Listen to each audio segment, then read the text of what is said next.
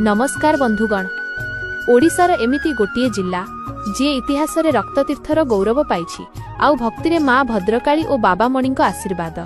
हाँ, यह हेउछि आम भद्रक। 1 एप्रिल 1993 मसीहारे बालेश्वर रु अलगा होई स्वतंत्र जिल्लार मान्यता पाइथिबा आम भद्रंकर इतिहास अति पुराणा। एहार प्रत्येक मुठा माटी आज भी वीरत्वर कहानी कहे। भद्रक ना नेले इरम मनकु आसीबा स्वाभाविक।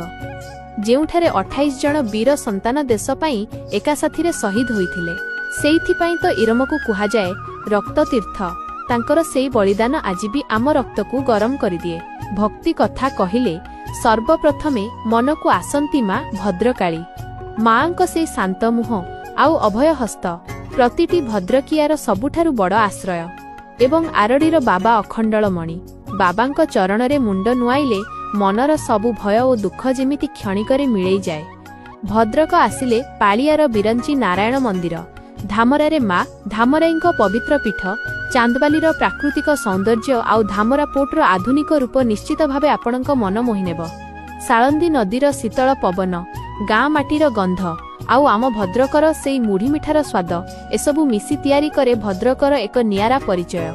काली पूजा, रामनवमी, रथयात्रा एठिकार पर्वपर्वाणी केवल आनंद नुहे, भाईचारार असल महक। शेषरे एतिकी कहिबी, भद्रक केवल मानचित्र रे थिबा एक स्थान नुहे, एहा आम हृदय रे थिबा एक भावना।